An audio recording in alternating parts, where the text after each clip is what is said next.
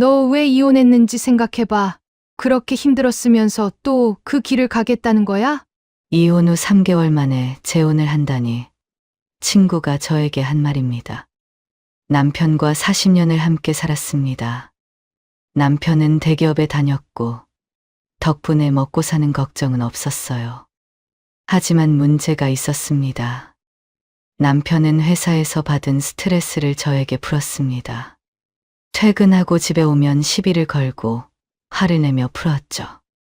돈 버느라 고생하는데 이 정도는 받아주자고 생각하며 버텼습니다. 하지만 그게 1년, 2년 쌓이다 보니 마음속에 상처로 남았습니다.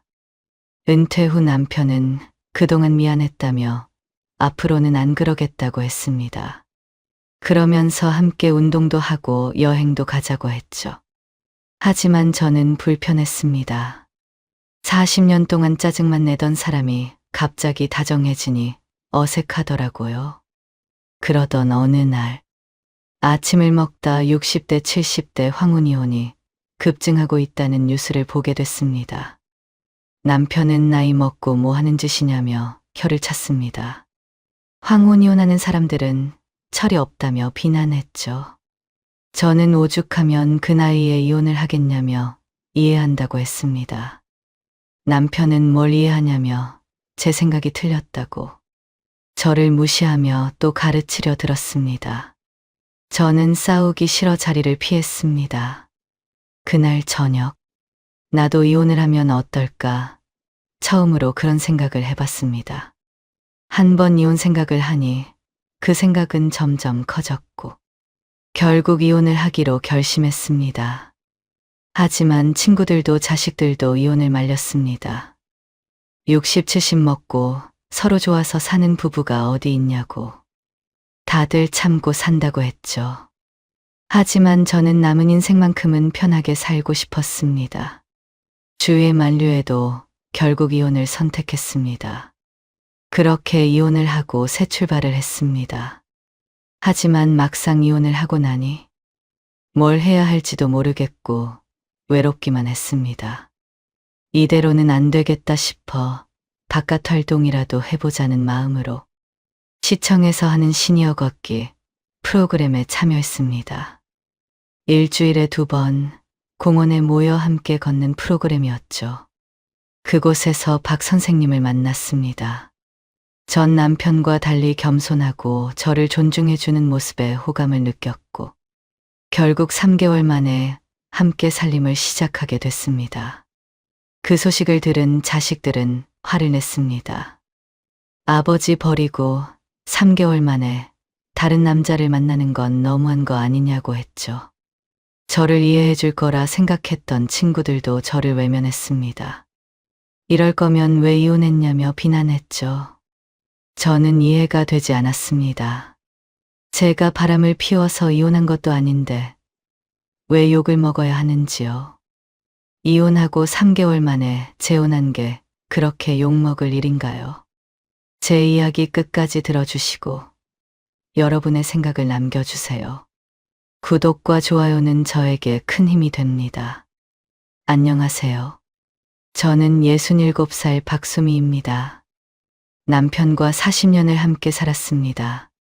27에 결혼해서 벌써 40년이 지났어요. 세월 참 빠르죠. 남편은 대기업에 다녔습니다. 덕분에 결혼 후 경제적으로 어려운 적은 없었어요. 집도 있고 차도 있고 아이들 대학까지 다 보냈습니다. 먹고 사는 건 걱정 없이 살았죠. 근데 문제가 있었습니다. 대기업이 좋긴 해도 경쟁이 치열하잖아요. 위에서 눌리고 밑에서 치고 올라오고요. 회사에서 시달리다 보니 스트레스가 이만저만이 아니었봐요. 문제는 그 스트레스를 저한테 풀었다는 거였습니다. 퇴근하고 집에 오면 저한테 시비를 걸었어요. 밥이 왜 이러냐, 집이 왜 이렇게 어수선하냐, 별것도 아닌 걸로 트집을 잡았습니다. 기분 안 좋은 날은 더 심했어요. 말도 없이 인상을 쓰고 앉아 있다가 저한테 화를 내며 풀었습니다.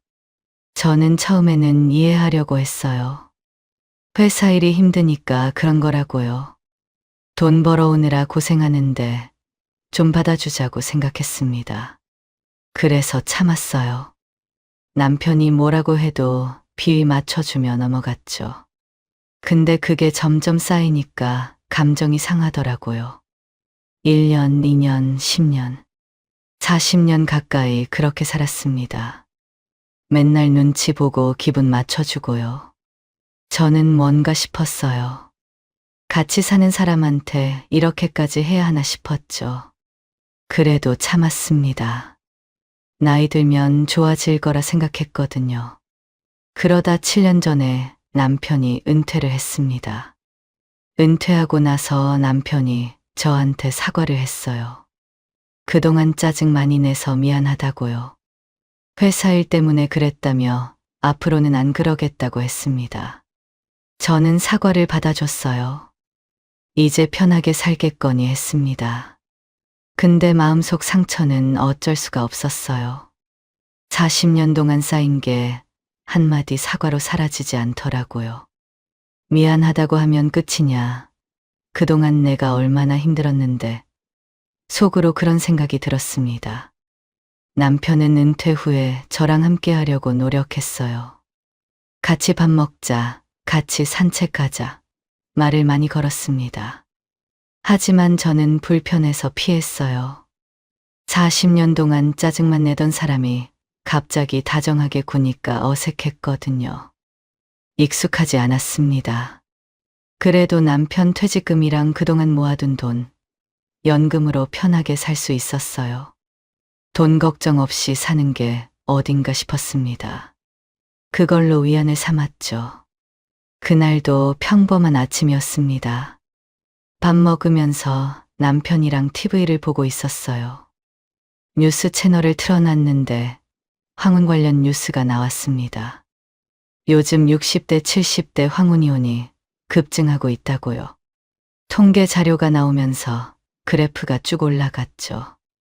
남편이 그걸 보더니 혀를 찼습니다. 그 나이 먹고 왜 이혼을 해? 철이 없어. 비난하는 투였어요. 저는 속으로 생각했습니다. 오죽했으면 다 늙어서 이혼하겠어요. 사정이 있으니까 하는 거겠죠. 근데 입 밖으로 내지는 않았어요. 남편이 계속 말했습니다. 주변을 봐라. 70대에 이혼한 사람 있냐고요. 저건 다 가짜 뉴스라고 했어요. 언론이 자극적으로 만든 거라고요. 그러더니 또 저한테 훈계를 하듯 말했습니다. 이혼이라는 게 얼마나 힘든 건데 쉽게 생각하면 안 된다고요. 애들 보기 창피하지 않냐고요. 가르치려 드는 말투였어요. 저를 애 취급하는 것 같았습니다. 40년 동안 매일 이랬어요. 뭐만 하면 가르치려 들고 무시하고 했죠. 저는 대꾸하기 싫었어요. 싸우기도 싫었습니다. 그냥 자리를 피해 부엌으로 갔습니다. 설거지하면서 생각했어요. 오늘은 집에 있으면 안 되겠다 싶었습니다. 남편 얼굴 보고 있으면 더 짜증날 것 같았거든요. 기분 전환이 필요했어요. 핸드폰을 꺼내서 친구들한테 연락했습니다. 순옥이랑 현미한테 오늘 점심 같이 먹자고 했어요. 그렇게 친구들과 점심을 먹으러 왔습니다. 순옥이랑 현미는 고등학교 때부터 알고 지낸 친구들이에요. 벌써 50년 가까이 됐죠. 결혼하고 나서도 한 달에 한두 번씩은 꼭 만났습니다. 힘든 결혼 생활을 버틸 수 있었던 건 이 친구들이 있어서였어요. 남편한테 힘든 일 당하면 친구들한테 하소연하고 위로받았거든요.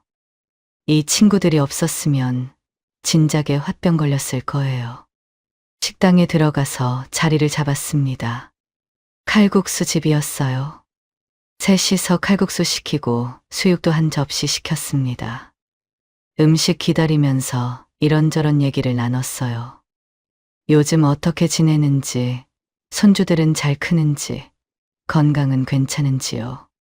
수다 떠는 게 좋았습니다. 남편이랑 있을 때는 말도 못하고 눈치만 보는데 친구들이랑 있으면 편했어요. 칼국수가 나왔습니다. 후후 불면서 먹는데 아침에 본 뉴스가 떠올랐어요. 친구들한테 말을 꺼냈습니다. 오늘 아침에 뉴스 봤는데 요즘 60대, 70대 황혼이혼이 급증하고 있다고 말했어요. 순옥이가 젓가락을 내려놓으며 말했어요. 내가 아는 사람도 69살에 이혼했잖아. 근데 이혼하고 후회하더라고. 왜 후회하냐고 물었더니 혼자 사니까 너무 외롭다고 했대요. 같이 살 때는 남편이 싫어서 죽겠다고 하더니 막상 떨어져 사니까 허전하고 했죠. 밥 혼자 먹으니까 우울해지고 말할 사람 없으니까 답답하다고 했습니다. 그 말을 듣고 현미가 말했습니다. 나는 우리 남편이 아무리 싫어도 이제 이혼하는 건 못하겠어. 이 나이에 이혼해서 뭐 하겠냐고 했죠. 젊었을 때도 아니고 60 넘어서 이혼하면 고생만 하는 거라고 했어요. 혼자 살면 아프면 누가 봐주냐고, 밥은 누가 차려주냐고 했습니다. 순옥이도 고개를 끄덕였어요. 할 거면 젊었을 때 했어야지. 지금은 늦었다고 했습니다. 이제 와서 이혼해봤자 뭐가 달라지겠냐고 했어요. 그냥 서로 무시하고 사는 게 낫다고 했죠. 같은 집에 살아도 각자 따로 지내면 된다고 했습니다. 그러면서 순옥이가 덧붙였어요. 무엇보다 자식들 보기 민망해서 못하겠다고 했습니다. 이 나이에 부모가 이혼했다고 하면 자식들이 얼마나 창피하겠냐고 했어요. 손주들한테 뭐라고 설명하겠냐고도 했죠. 저는 듣고만 있다가 입을 열었어요. 그래도 너무 싫으면 하는 게 낫지 않냐고요. 죽을 때까지 참고 살 수는 없잖아요. 너무 힘들면 헤어지는 것도 방법 아니냐고 했습니다. 순옥이가 저를 쳐다봤어요. 그러더니 물었습니다. 너 신랑이랑 사이 안 좋다며 이혼할 수 있어? 저도 모르게 대답이 튀어나왔어요. 이혼할 수 있지. 말하고 나서 깜짝 놀랐습니다. 생각도 안 하고 바로 나온 거였어요. 머리보다 입이 먼저 움직인 거죠. 순옥이랑 현미가 웃었어요. 남편이 진짜 시킨 실나 보네. 바로 튀어나오는 거 보니까. 농담 삼아 한 말이었는데 저는 웃지 못했어요. 왜 저 말이 그렇게 쉽게 나왔는지 스스로도 의아했거든요. 그 뒤로 황혼이혼에 대해서 한참을 얘기했습니다. 그렇게 수다 떨다 보니 어느새 2시간이 훌쩍 지났어요. 점심을 다 먹고 자리에서 일어났습니다. 다음에 또 보자고 인사하고 각자 집으로 갔죠. 버스를 타고 집으로 가는 길에 계속 생각했습니다. 아까 친구들이랑 했던 얘기들이 머릿속에서 맴돌았어요. 이 나이에 이혼하면 고생만 한다는 얘기, 100% 후회한다는 얘기, 자식들 보기 창피하다는 얘기, 다 맞는 말이었어요. 현실적으로 생각하면 이혼은 미친 짓이었죠. 근데 아까 제가 한 말이 자꾸 떠올랐어요.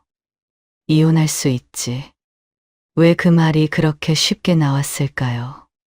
평소에 생각하고 있었던 건지도 모르겠어요. 무의식 속에 있던 게 튀어나온 것 같았습니다. 이제까지 한 번도 이혼에 대해서 크게 생각해 본 적이 없었습니다. 남편이 아무리 싫어도 이혼까지는 생각 안 했거든요. 그냥 참고 사는 거라고 생각했어요. 다들 그렇게 사는 거라고요. 근데 오늘 뉴스를 보고 친구들이랑 얘기하니까 생각이 달라졌어요. 이혼을 하면 어떨까? 처음으로 그런 생각을 해봤습니다. 앞으로 10년은 더 살아야 할 텐데 그 10년을 남편 눈치 보면서 살아야 하나 싶었어요. 무시당하고 가르침 받으면서 살아야 하나 싶었죠. 집 앞에 도착했습니다. 현관 비밀번호를 누르면서 생각했어요. 이혼을 할 거면 빨리 하는 게 낫지 않을까? 70 넘어서 하는 것보다 지금 하는 게 나을 것 같았어요. 한 살이라도 젊을 때 해야지 적응하기 쉬울 거라 생각했죠. 문을 열고 들어갔습니다. 남편이 거실에서 TV를 보고 있었어요. 저를 쳐다보지도 않았습니다. 왔어. 그 말 한마디도 없었어요. 저는 방으로 들어가서 침대에 앉았습니다. 한숨이 나왔어요. 이러고 10년을 더 살아야 하나? 생각할수록 답답했습니다. 저녁이 되고 밥 차려놓고 남편을 불렀습니다. 밥 먹으라고요. 남편이 식탁에 앉았어요. 둘이 마주 앉아서 밥을 먹었습니다. 조용했어요. 원래 밥 먹을 때 대화가 없었거든요. 40년 동안 그랬습니다. 저는 밥 먹다가 슬쩍 물어봤어요.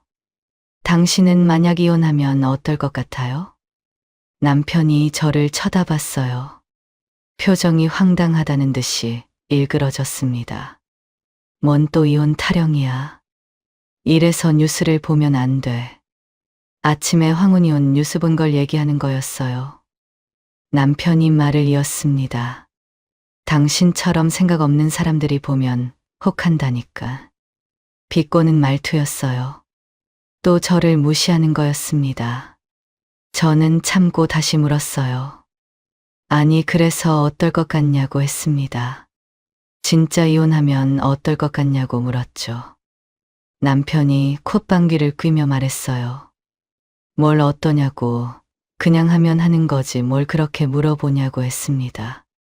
그러면서 말했어요. 이 나이에 좋아서 사는 사람이 어디 있냐고. 다들 그냥 사는 거라고 했습니다. 그걸 못 버티고 이혼하는 건 이혼하자는 사람 문제라고 했죠.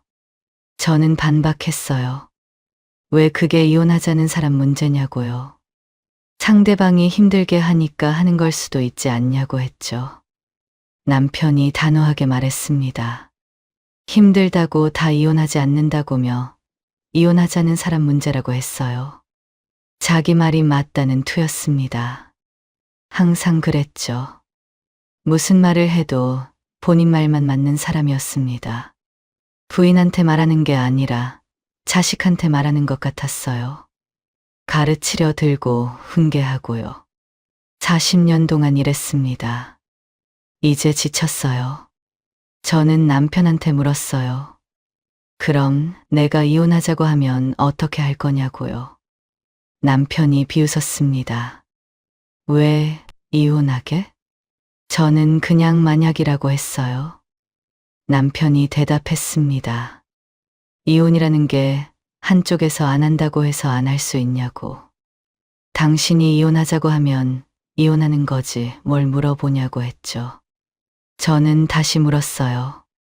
이혼하지 말자고 설득할 수도 있지 않냐고 했습니다. 말려볼 수도 있는 거 아니냐고 했죠. 남편이 코웃음을 쳤어요. 이미 마음 떠난 사람을 잡아서 뭐 하냐고요. 그냥 보내주는 거지 뭘 잡냐고 했습니다. 저는 씁쓸했어요. 알았다고 하고 밥을 먹었습니다. 더 이상 대화가 없었어요. 남편도 저도 묵묵히 밥만 먹었습니다. 그날 밤 이상하게 이혼이라는 단어가 머리에서 떠나지 않았어요. 침대에 누워서 한참을 생각했습니다. 남편한테 무시받으며 40년을 살았어요. 앞으로 10년은 더 살아야 할 텐데 그 10년도 이렇게 살아야 하나 싶었습니다. 남은 10년은 내 마음대로 살아보고 싶다는 생각이 강하게 들었어요. 아까 남편이 한 말이 떠올랐습니다. 이혼하자고 하면 이혼하는 거라고 안 잡는다고요. 마음만 먹으면 할 수 있을 것 같았습니다. 남편이 말렸으면 고민이라도 했을 텐데 안 잡는다고 하니까요. 다음 날 아침이었습니다. 밥을 먹는데 또 남편이 저를 가르치어 들었어요. 뉴스에서 뭐가 나왔는데 그게 왜 그런 거냐고 설명을 하기 시작했습니다. 제가 모를 거라고 생각하는 거죠. 항상 그랬어요. 보통 때 같으면 싸우기 싫어서 자리를 떴을 거예요. 내내 하고 넘어갔을 겁니다. 근데 그날은 달랐어요. 저도 모르게 말대꾸를 했습니다. 나도 알 거 다 알아요. 어린아이 취급하지 마요. 남편이 멈칫했어요. 저를 쳐다봤습니다. 어리둥절한 표정이었어요. 40년 동안 고분고분하던 사람이 갑자기 말대꾸를 하니까 당황한 거죠. 저도 제 행동에 놀랐습니다. 왜 이런 말이 나왔는지 평소 같으면 절대 안 그랬을 텐데요. 이혼 생각을 하고 나니까 마음이 달라진 것 같았어요. 남편한테 맞춰줄 필요가 없다는 생각이 들었습니다. 그날 이후로 이런 일들이 점점 더 심해졌어요. 남편이 뭐라고 하면 받아치고 싸웠습니다. 참지 않았어요. 남편은 제가 왜 이러냐고 화를 냈고 저도 지지 않고 맞섰습니다.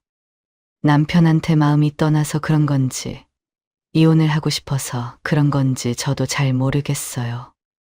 아무튼 예전 같지 않았습니다. 이러다가는 정말 남편이랑 크게 싸울 것 같았죠. 결심을 해야 할 것 같았습니다. 이혼을 하든지 아니면 이혼 생각을 접든지요. 이렇게 어중간하게 있으면 안 될 것 같았어요. 며칠을 고민했습니다. 이혼을 할까 말까. 하루에도 10번씩 생각이 바뀌었어요. 아침에 눈 뜨면 이혼해야지 싶다가 저녁이 되면 그냥 살까 싶었죠. 남편 얼굴 보면 못 살겠다 싶다가도 혼자 사는 걸 생각하면 또 망설여졌습니다. 머릿속이 복잡했어요. 혼자 결정하기가 너무 힘들었습니다. 친구들한테 의견을 물어보기로 했어요. 순옥이랑 현미한테 연락해서 만나자고 했습니다. 할 얘기가 있다고요. 카페에서 만났어요. 자리 잡고 앉아서 커피를 시켰습니다. 순옥이가 표정이 안 좋아 보인다며 무슨 일 있냐고 물었어요. 저는 심호흡을 하고 말을 꺼냈습니다. 나 이혼할까 고민 중이야. 진지하게 말했어요. 장난이 아니라는 걸 알아달라는 뜻이었습니다. 순옥이가 눈이 커졌어요. 갑자기 왜 그러냐고 물었습니다. 저는 갑자기가 아니라고 했어요. 니들도 알잖아. 40년을 남편한테 무시당하며 살았다고요. 이제 살아봐야 10년인데 그 10년은 편하게 살고 싶다는 생각이 들었다고 했습니다. 현미가 말했어요. 네 남편 은퇴하고 나아졌다고 하지 않았어? 맞아요. 그렇게 말하긴 했습니다. 저는 은퇴하고 나아지긴 했는데 그동안 쌓였던 게 있어서 그런지 잘 지낼 수가 없다고 했어요. 남편이 다정하게 굴어도 불편하고 같이 있으면 숨이 막힌다고요. 그러면서 니들 생각은 어떠냐고 물었습니다. 순옥이가 먼저 입을 열었어요. 나이 들면 옆에 누군가 있어야 한다고 했습니다. 혼자 사는 게 더 힘들 거라고요. 이제까지 40년 살았는데 그냥 참고 살라고 했어요. 자기도 요즘 남편이랑 말도 잘 안 한다며 다들 그렇게 산다고 했습니다. 현미는 다른 얘기를 했어요. 이혼하면 계획은 있냐고 물었습니다. 저는 그건 아직 생각 안 해봤다고 했어요. 이혼할지 말지도 못 정했는데 계획까지 어떻게 세우냐고 했어요. 현미가 진지하게 말했습니다. 이혼할 거면 계획을 잘 세우라고. 그냥 대책 없이 이혼했다가 후회하는 사람들 많다고 했죠. 돈은 얼마나 가져올 건지, 어디서 살 건지, 생활비는 어떻게 할 건지 다 생각해놔야 한다고 했어요. 그러자 순옥이가 물었습니다. 근데 너 진짜 이혼할 생각이야? 저는 아직 잘 모르겠다고 했어요. 그래서 너희들한테 물어보는 거라고 했죠.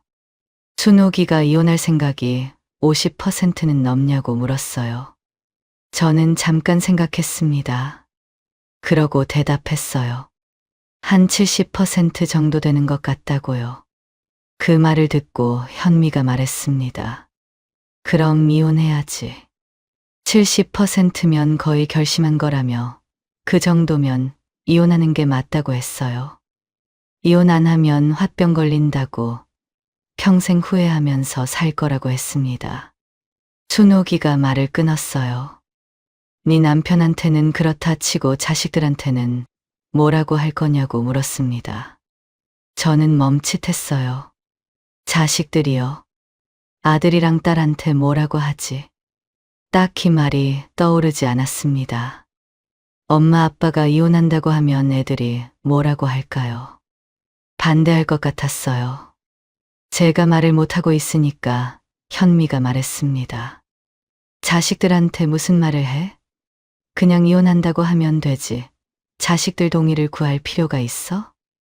우리 인생 우리가 결정하는 거지. 자식들 눈치 볼 일은 아니라고 했습니다. 그렇게 제 이혼 얘기로 한참을 떠들었습니다. 커피 2잔을 더 시키고 3시간을 넘게 앉아 있었어요. 준옥이는 끝까지 반대했습니다. 아무리 그래도 이혼은 아니라고, 이 나이에 혼자 살면 외롭고 힘들다며 참고 살라고 했어요. 현미는 다른 입장이었어요. 70%나 결심했으면 하는 게 맞다고 했어요. 안 하면 평생 후회한다고요. 대신 계획은 잘 세우라고 신신당부했습니다. 친구들과 헤어지고 집으로 돌아오는데 더 헷갈렸어요. 순옥이 말도 맞는 것 같고 현미 말도 맞는 것 같았습니다. 정말 뭐가 맞는 건지 모르겠었어요. 하지만 한 가지 확실한 건 있었습니다. 이혼을 한다면 현미가 말한 대로 준비를 잘해야 한다는 거였어요. 대책 없이 나갔다가 고생하면 안 되니까요. 돈 문제, 집 문제 다 생각해놔야 했습니다. 그날 이후로 이혼 고민에 빠졌습니다. 도저히 결정을 못 내리겠었어요. 그리고 이혼 고민을 해서 그런지 남편이 하는 모든 행동이 마음에 안 들었습니다. 말 한마디 한마디가 거슬렸어요. 숨 쉬는 것도 짜증났습니다. 예전에는 그냥 넘어갔을 일도 참을 수가 없었어요. 남편도 제가 이상하다는 걸 눈치챘습니다. 요즘 무슨 일 있냐고 물었어요. 왜 이렇게 까칠하냐고 했습니다. 저는 대답 안 하고 자리를 피했어요. 말하면 싸울 것 같았거든요. 며칠을 더 고민을 했지만 결정을 내리지 못했습니다. 결국 남편한테 맡겨보기로 했어요. 제가 이혼하자고 했을 때 남편이 쿨하게 하자고 하면 이혼을 하고 조금이라도 말리면 안 하는 걸로요. 남편 반응을 보고 결정하기로 했죠.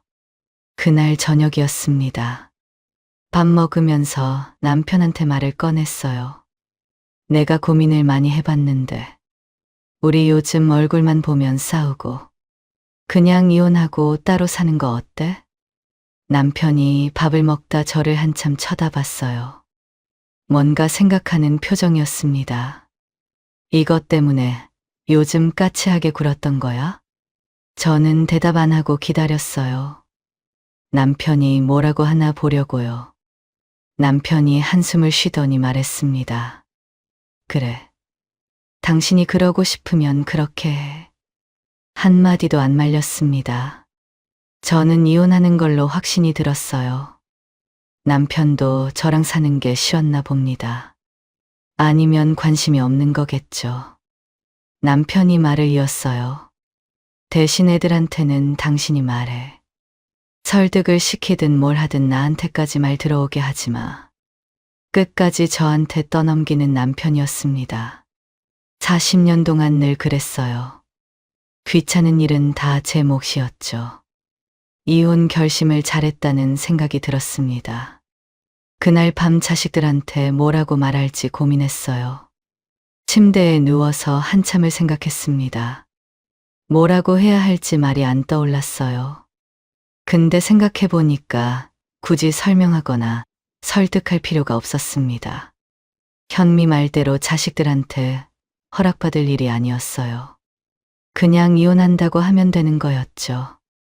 그렇게 마음을 정하고 잠들었습니다. 다음 날 아침 눈을 뜨자마자 핸드폰을 들었어요. 자식들한테 말하기로 하고 전화를 걸었습니다. 먼저 아들한테 했습니다. 엄만데 할 말이 있어. 아들이 뭔데요? 하고 물었어요. 저는 바로 말했습니다.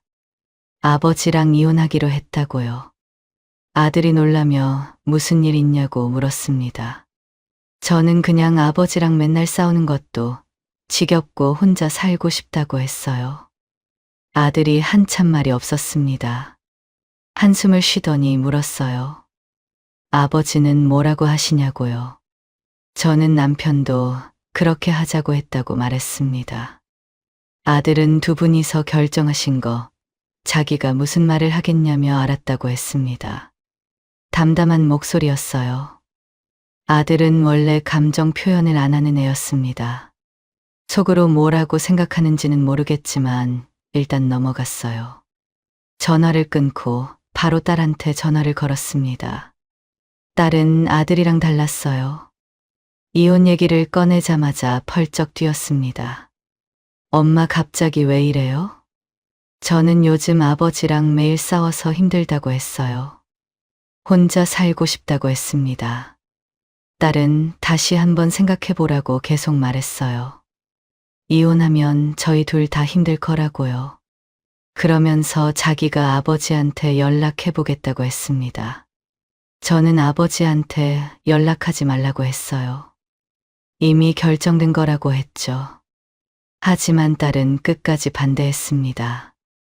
이혼은 절대 안 된다고 계속 말했어요. 저는 니도 엄마 나이 되면 이해할 거라고 하고 전화를 끊었습니다. 딸은 끝까지 반대했지만 어쩔 수 없었어요.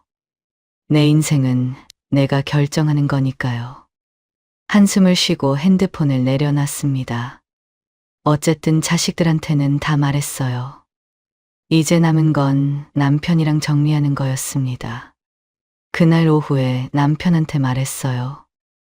애들한테 다 말했다고요. 남편은 애들이 뭐라고 했냐고 물었습니다. 저는 우리가 이혼한다는데 뭘 뭐라고 하냐고 했어요. 그냥 알았다고 했다고 했습니다. 딸이 반대한 건 굳이 말 안 했어요. 그러면서 이혼은 어떻게 할 건지 물었습니다. 남편이 뭘 어떻게 하냐고 되물었어요. 저는 재산을 나눠야 하지 않냐고 했습니다. 먼저 집은 남편이 살 건지 아니면 나갈 건지 물었어요. 남편이 말했습니다. 당신이 이혼하자고 했으니 당신이 나가. 저는 알았다고 했어요. 집은 남편이 갖고 저는 예금 6억을 받기로 합의를 했죠. 생각보다 간단했습니다. 남편도 저도 미련이 없었거든요. 40년을 살았는데 이렇게 허무하게 끝나는구나 싶었습니다. 일주일 후에 집을 나왔습니다. 이혼 서류는 생각보다 간단했어요. 협의 이혼이라 복잡한 절차가 없었습니다. 시청 가서 서류 내고 사주 숙려 기간 지나고 다시 가서 확인받으면 끝이었어요. 40년 결혼 생활이 종이 몇 장으로 정리됐습니다. 예금 6억을 제 통장으로 옮겼어요. 남편이 군말 없이 보내줬습니다. 마지막까지 무심한 사람이었어요. 잘 살라는 말 한마디 없었습니다. 저도 뭐라고 안 했어요. 할 말이 없었거든요. 먼저 살 집을 했습니다. 아파트를 살까 빌라를 살까 고민하다 작은 빌라로 결정했습니다. 혼자 사는데 집이 클 필요 없을 것 같았거든요. 빌라를 사고 나머지 돈은 예금에 넣어뒀습니다. 계산해보니 이자랑 연금이면 혼자 사는데 충분할 것 같았어요. 이사를 하고 짐을 풀었습니다. 가구도 새로 사고 가전제품도 샀어요. 내 맘대로 고르니까 좋았습니다. 남편 눈치 안 봐도 됐거든요. 예전에는 뭘 사든 남편한테 물어봐야 했어요. 비싸다고 잔소리 듣기 일쑤였죠. 근데 이제는 제 돈으로 제가 사는 거니까 아무도 뭐라 안 했습니다. 그 주말에 아들이랑 딸이 집에 찾아왔어요. 이삿집 구경 온다고요. 사실 걱정돼서 온 거겠죠. 현관문 열어주니까 아들이 먼저 들어왔습니다. 집을 둘러보더니 괜찮네요 했어요. 딸은 표정이 안 좋았습니다. 아직도 이혼한 게 마음에 안 드는 것 같았죠. 거실에 둘러앉았습니다. 어색한 침묵이 흘렀죠. 아들이 먼저 입을 열었습니다. 저에게 후회 안 하냐고 물었어요. 저는 이혼 안 했으면 후회했을 거라 했습니다. 이혼한 건 후회 없고 남은 인생 편하게 살 거라고 했죠. 아들이 고개를 끄덕였어요. 어차피 결정하신 거 잘 지내시라고 했습니다. 그러면서 말을 덧붙였어요. 아버지랑 뭐 크게 안 좋게 헤어지신 건 아니니까 가끔이라도 서로 안부 묻고 도울 일 있으면 도우면서 지내시라고 했습니다. 저도 알았다고 했어요. 원수처럼 지낼 생각은 없었으니까요. 딸은 아직까지 냉랭했습니다.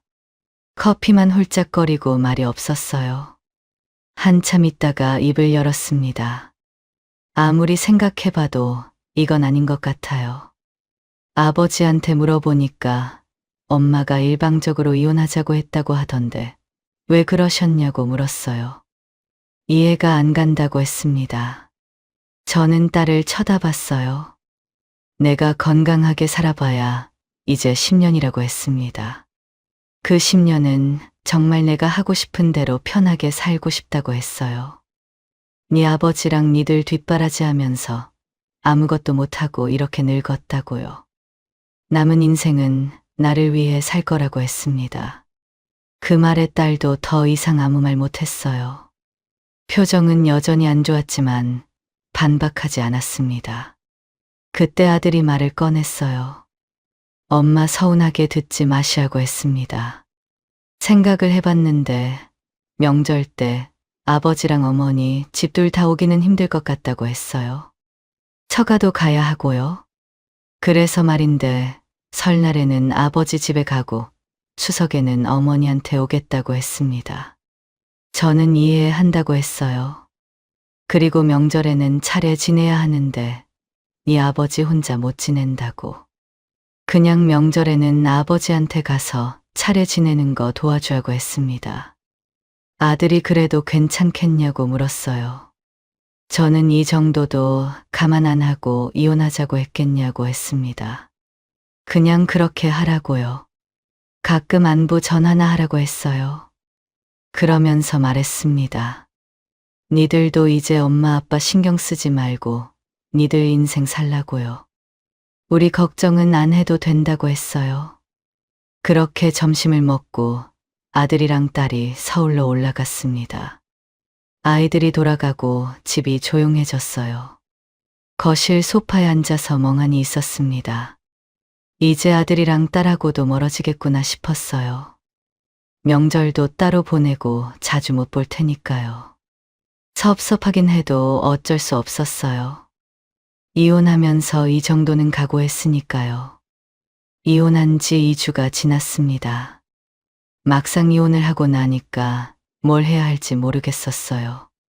40년 동안 남편 밥 차려주고 빨래하고 청소하고 그게 일상이었거든요. 근데 이제 그럴 필요가 없으니까 시간이 너무 많았습니다. 하루가 길었어요. 남편 얼굴 안 봐서 좋긴 했습니다.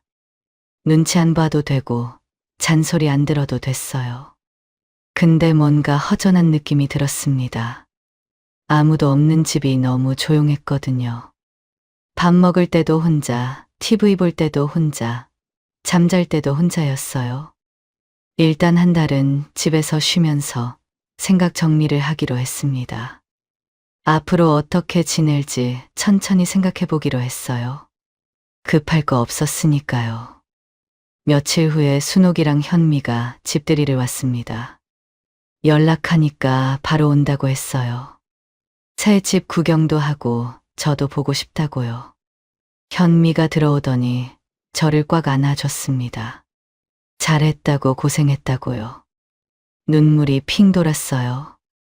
이혼하고 처음 듣는 따뜻한 말이었거든요. 이혼을 반대하던 순옥이도 안아줬습니다. 힘든 결정했다고 고생했다고요. 결국 내 편을 들어줬어요. 집안을 구경시켜줬습니다. 방 2개짜리 작은 빌라였지만 혼자 살기에는 충분했어요. 친구들이 괜찮다고 잘 골랐다고 해줬습니다. 거실에 둘러앉아서 배달 음식을 시켜 먹었어요. 치킨이랑 족발이랑 시켰습니다. 맥주도 한 캔씩 땄어요. 오랜만에 신나게 수다를 떨었습니다. 이혼 과정도 얘기하고 자식들이 다녀갔던 얘기도 했어요. 아들은 담담하게 받아들였는데 딸은 아직도 삐져 있다고요. 친구들이 시간 지나면 괜찮아질 거라고 위로해 줬습니다. 순옥이가 물었어요. 2주 혼자 살아보니까 어떠냐고요. 저는 아직은 실감이 안 난다고 했습니다. 편하기도 하고 아직 낯설기도 한데 곧 적응하겠지 싶다고 했어요. 현미가 물었습니다. 앞으로 어떻게 살 거냐고. 혼자 집에만 있으면 답답할 거라고 했어요. 저는 안 그래도 고민 중이라고 했습니다. 일하기는 그렇고 뭘 하나 배울까 생각 중이라고 했죠. 이 나이에 취직은 힘들잖아요. 그렇다고 집에만 있으면 우울해질 것 같았어요. 그러자 현미가 말했습니다. 지금 시청에서 시니어 강좌하고 있다고. 마음에 드는 거 있으면 하나 배워보라고 했어요. 요가도 있고 그림도 있고 여러 가지 있다고 했죠. 저는 그거 좋겠다고 했습니다. 뭔가 배우면 시간도 가고 사람도 만날 수 있을 것 같았어요. 친구들이 돌아가고 저는 바로 인터넷으로 시청 홈페이지를 찾아봤습니다. 시니어 강좌가 여러 개 있었어요. 다음 날 직접 가서 확인해 보기로 했습니다. 다음 날 아침 시청으로 갔어요. 1층 안내 데스크에서 시니어 강좌 신청하러 왔다고 하니 담당 부서로 안내해 줬어요. 강좌 목록을 받아서 봤습니다. 종류가 많았어요.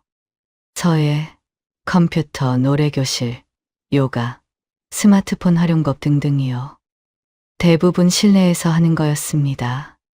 저는 이왕이면 건물 안보다는 밖에서 활동적으로 할 수 있는 게 좋다고 생각했어요. 집에서도 혼자 있고 강좌도 실내면 답답할 것 같았거든요. 목록을 계속 살펴봤습니다. 그러다 걷기 프로그램을 발견했어요. 매주 2번씩 공원이랑 산책로를 걷는 프로그램이었습니다. 치매 예방에도 좋고 건강에도 좋을 것 같았어요.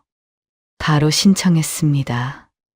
담당자가 일주일 후에 첫 수업이라고 알려줬어요.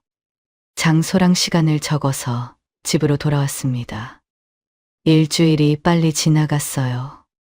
첫 수업 날 아침 일찍 일어나서 준비하고 공원으로 갔습니다. 공원 입구에 가니까 사람들이 많이 모여 있었어요.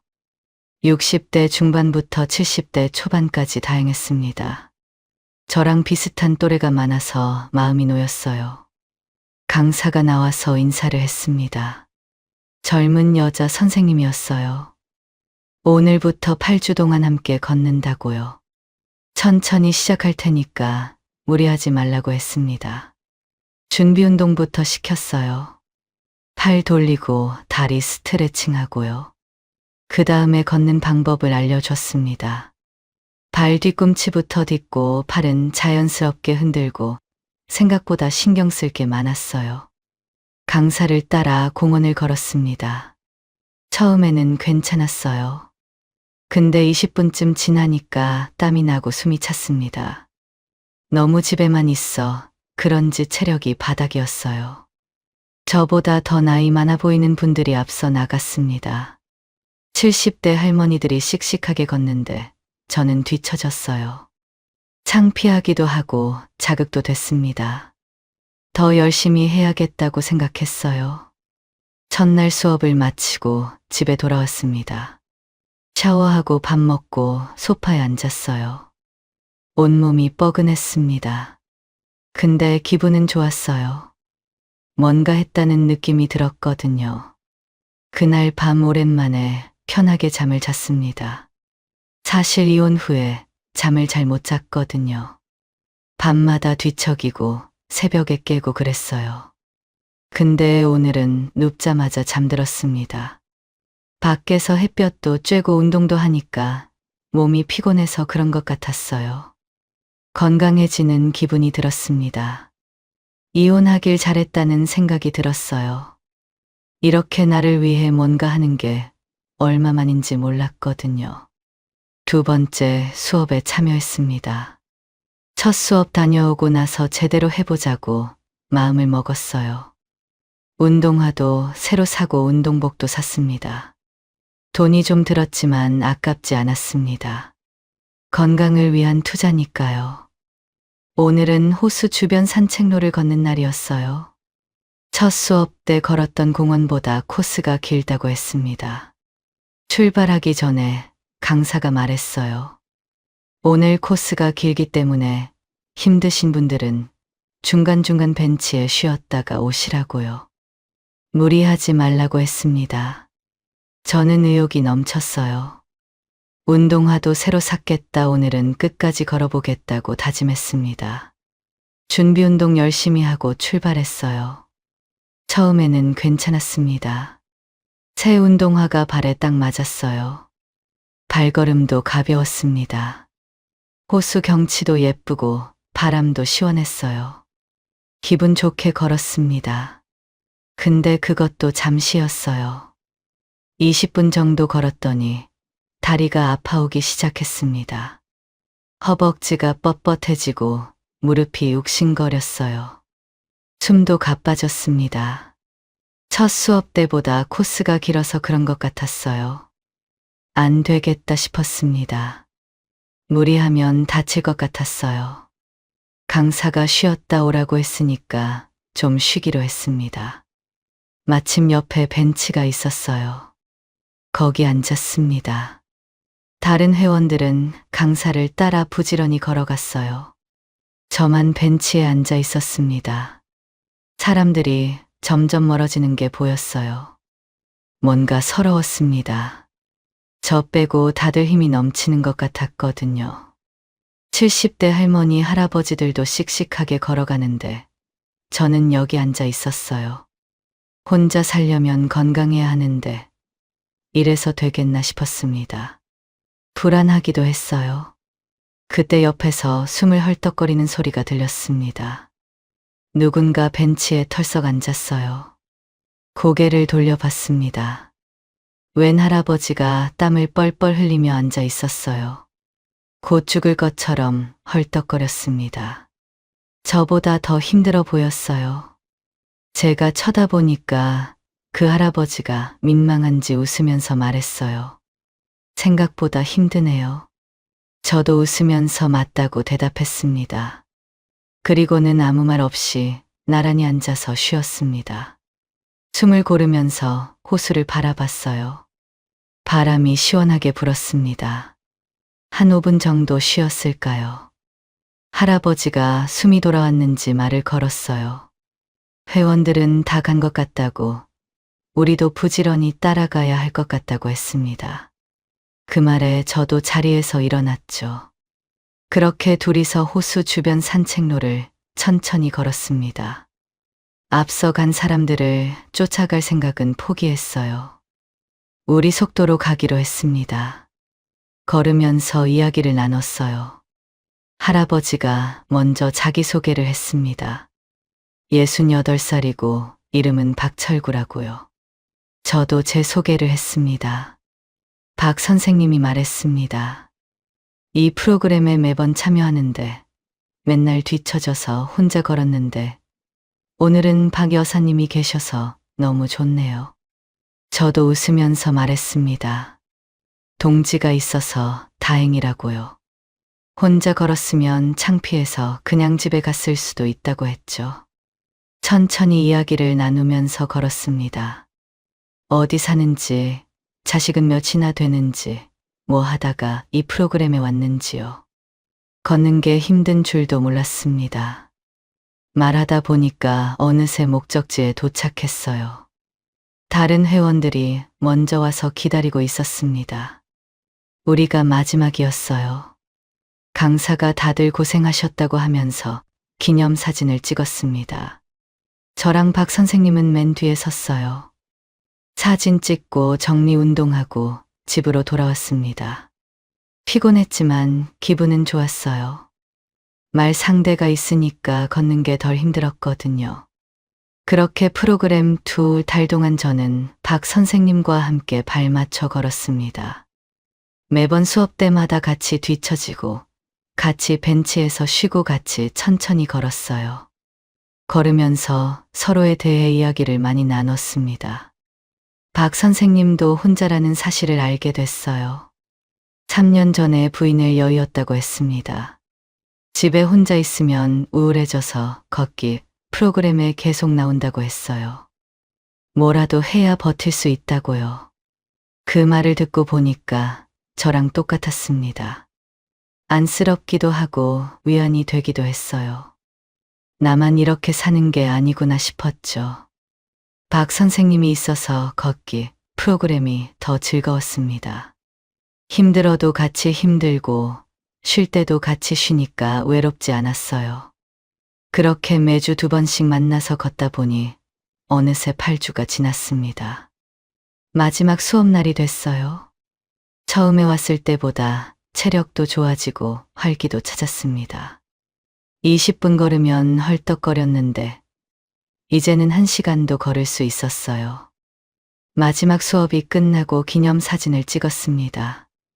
다들 수고했다고 인사하고 헤어졌어요. 근데 뭔가 아쉬웠습니다. 사람들이랑 같이 걷다가 이제 혼자 걸 생각을 하니까 외롭다는 생각이 들었어요. 그때 박 선생님이 다가왔습니다. 걷기 프로그램도 끝났는데 혹시 계속 걷기 운동하실 거냐고 물었어요. 저는 계속 할 거라고 했습니다. 건강해지는 게 느껴지니까 그만둘 수 없다고요. 박 선생님이 잘 됐다며 자기도 계속 하는데 혹시 같이 하실 생각 있냐고 물었습니다. 저는 안 그래도 혼자 걷기 싫었다고 좋다고 같이 하자고 했어요. 그렇게 연락처를 주고받았습니다. 다음에 운동할 때 연락하자고 하고 헤어졌어요. 그렇게 이틀 후에 운동을 나가려고 했습니다. 운동복 갈아입고 운동화 신으려는데 문득 박 선생님 생각이 났어요. 연락을 해야 하나 말아야 하나 고민이 됐습니다. 같이 운동하자고 했으니까 연락해야 하는 거 아닌가 싶었어요. 근데 또 생각해 보니까 그냥 인사치레로 한 말일 수도 있었습니다. 헤어질 때 하는 그런 말 있잖아요. 다음에 밥 먹자, 다음에 연락하자 그런 거요. 괜히 연락했다가 귀찮아 하시면 어떡하나 싶었죠. 고민 끝에 전화를 안 하기로 했습니다. 혼자 운동 나갔어요. 공원에 도착해서 걷기 시작했습니다. 근데 역시 혼자 걸으니까 뭔가 걷기도 싫고 금방 지치는 느낌이었어요. 프로그램 다닐 때는 사람들이랑 같이 걸으니까 힘든 줄 몰랐거든요. 박 선생님이랑 수다 떨면서 걸으면 1시간도 금방이었는데 혼자 걸으니까 10분이 1시간 같았습니다. 결국 공원 2바퀴만 돌고 금세 집으로 들어왔어요. 운동한 것 같지도 않았습니다. 소파에 앉아서 한숨을 쉬었어요. 혼자 하니까 안 되겠다 싶었습니다. 다음번에는 박 선생님에게 전화를 해봐야겠다 생각했어요. 이틀 후 운동을 나가기 전에 고민 끝에 박 선생님에게 전화를 걸었습니다. 박 선생님이 반갑게 받아주셨어요. 아이고 박 여사님, 안 그래도 연락드리려던 참이었어요. 마음이 놓였습니다. 귀찮아 하시는 게 아니었어요. 저는 오늘 운동 갈 건데 시간 되시냐고 물었습니다. 박 선생님이 좋다고 했어요. 1시간 후에 공원 입구에서 보자고 했습니다. 약속 시간에 맞춰 공원에 갔어요. 박 선생님이 먼저 와 계셨습니다. 손 흔들면서 반겨주셨어요. 반가웠습니다. 같이 공원을 걸었어요. 걸으면서 제가 말했습니다. 사실 이틀 전에 혼자 나와서 걸었는데 뭔가 지치고 힘이 안 나서 2바퀴 돌고 바로 집에 갔다고요. 박 선생님도 맞다고 했어요. 자기도 혼자 운동할 때는 할 맛이 안 나서 잘 안 하게 된다고요. 그래서 항상 걷기 프로그램 참여해서 걷는다고 했습니다. 사람들이랑 같이 하면 억지로라도 하게 되니까요. 박 선생님은 앞으로 부담 갖지 말고 운동하실 때 연락 달라고 했어요. 어차피 자기도 집에서 쉬고 있으니까 바로 나오겠다고 했습니다. 저는 고맙다고 알았다고 했어요. 그날 이후로 저는 매일 박 선생님과 운동을 했어요. 공원도 걷고 산책로도 걷고 동네 여기저기를 돌아다녔습니다. 매일 만나서 운동도 하고 밥을 먹거나 차를 마셨어요. 시간이 지나면서 박 선생님한테 호감이 생겼습니다. 처음에는 그냥 운동 친구라고 생각했거든요. 근데 자꾸 만나다 보니까 마음이 달라졌어요. 전 남편은 대기업에 다닌다고 40년 가까이 저를 무시했습니다. 항상 가르치려 들고 제 말은 들으려고도 안 했어요. 부인이 아니라 아랫사람 대하듯 했습니다. 근데 박 선생님은 달랐어요. 항상 겸손하고 제 말을 끝까지 들어주셨습니다. 제 의견을 존중해 주시고 저를 어른 대접해 주셨어요. 그게 너무 좋았습니다. 알게 된 지 3개월밖에 안 됐는데 10년 넘게 알고 지낸 사람처럼 편했어요. 같이 있으면 마음이 편하고 웃음이 나왔습니다. 이런 사람이랑 함께 살아도 좋겠다는 생각이 들었어요. 박 선생님도 같은 생각이었을까요? 둘이 함께 운동한 지 한 달 만에 박 선생님이 고백을 했습니다. 공원 벤치에 앉아서 쉬고 있을 때였어요.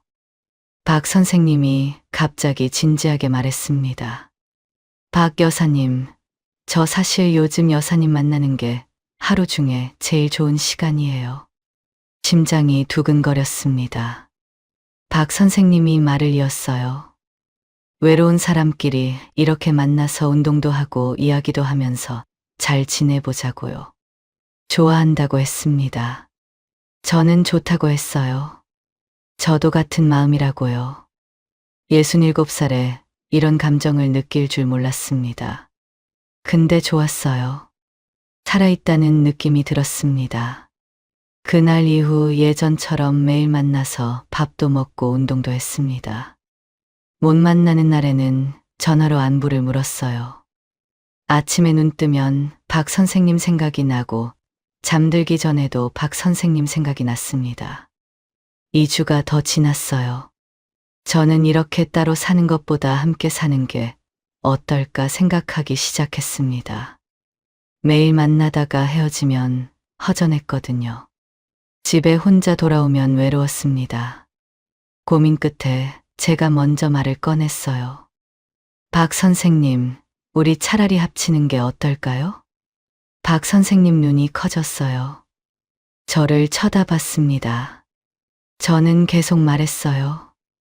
매일 만나다가 헤어지면 허전하고 혼자 집에 있으면 외롭다고 같이 사는 게 나을 것 같다고 했습니다. 박 선생님이 제 손을 잡았어요. 엄청 좋다고 했습니다. 사실 자기도 그 말을 하고 싶었는데 너무 급한 거 아닌가 싶어서 말을 못했다고요. 먼저 말해줘서 고맙다고 했어요. 그렇게 저는 박 선생님 집으로 들어갔습니다.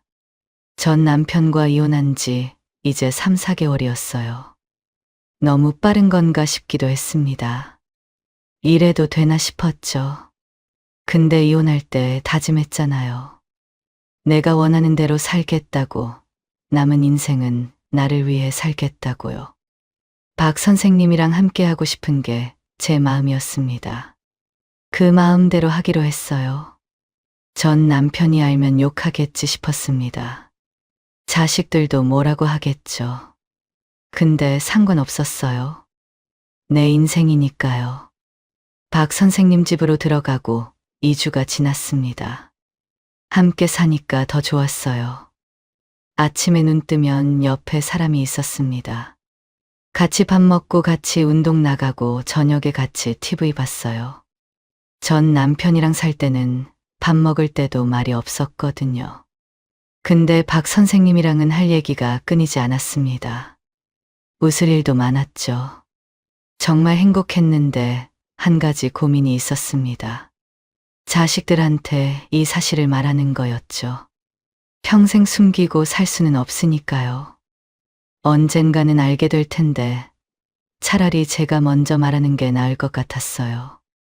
고민 끝에 아들한테 전화를 했습니다. 저는 조심스럽게 말했습니다. 엄마가 좋은 분을 만나서 같이 살고 있다고 했어요.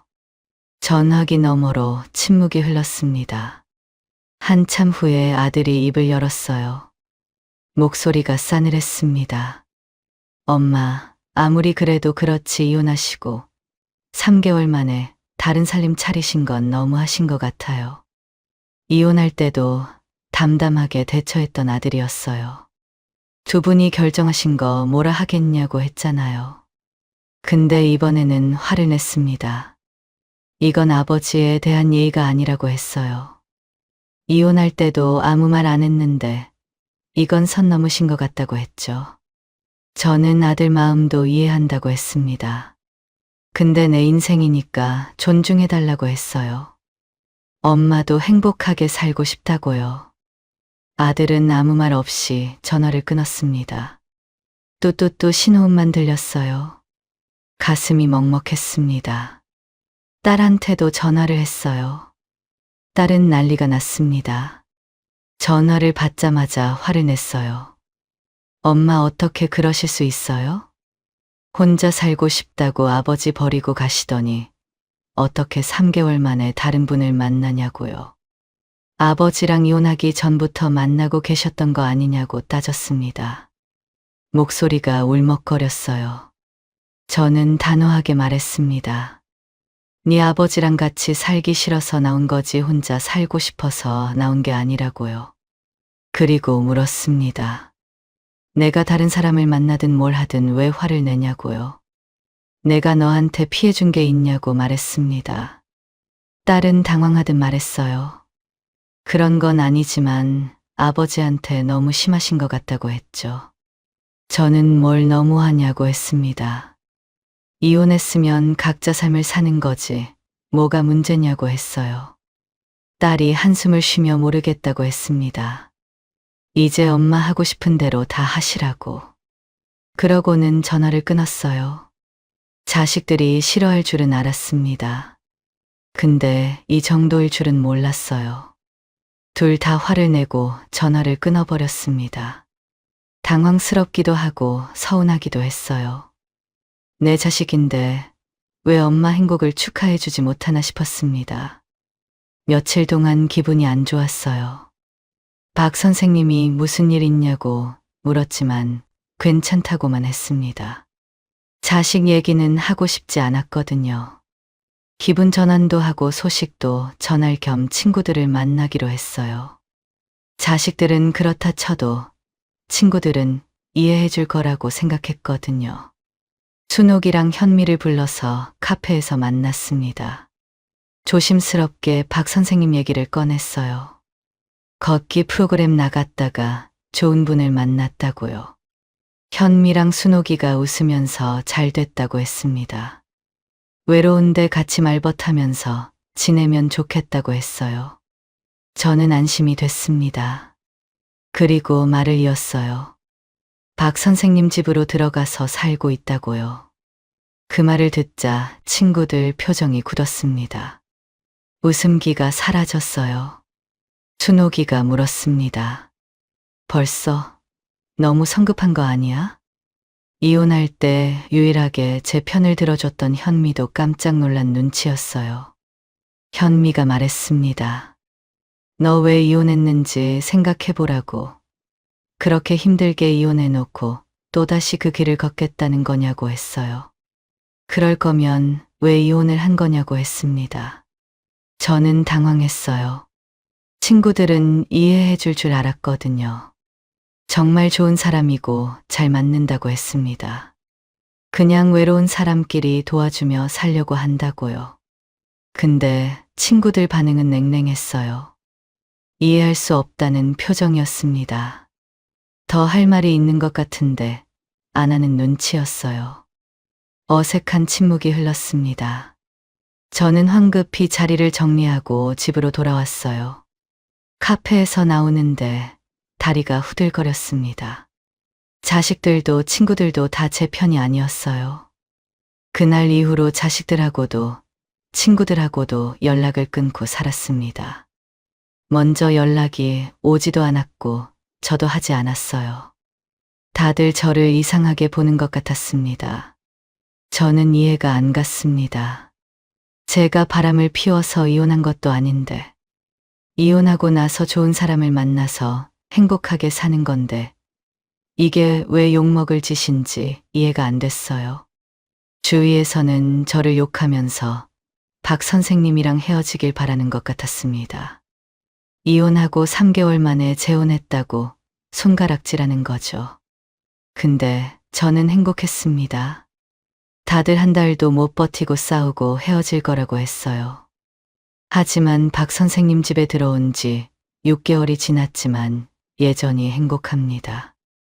아침에 같이 일어나서 밥 먹고 운동 나가고 저녁에 같이 TV 보고요. 전 남편이랑 살 때는 상상도 못했던 일상이었습니다. 이제 남들이 뭐라고 하든 상관없었습니다. 내 인생은 내가 사는 거니까요. 이혼하고 3개월 만에 재혼했습니다. 남들은 미쳤다고 욕하지만 저는 너무 행복합니다.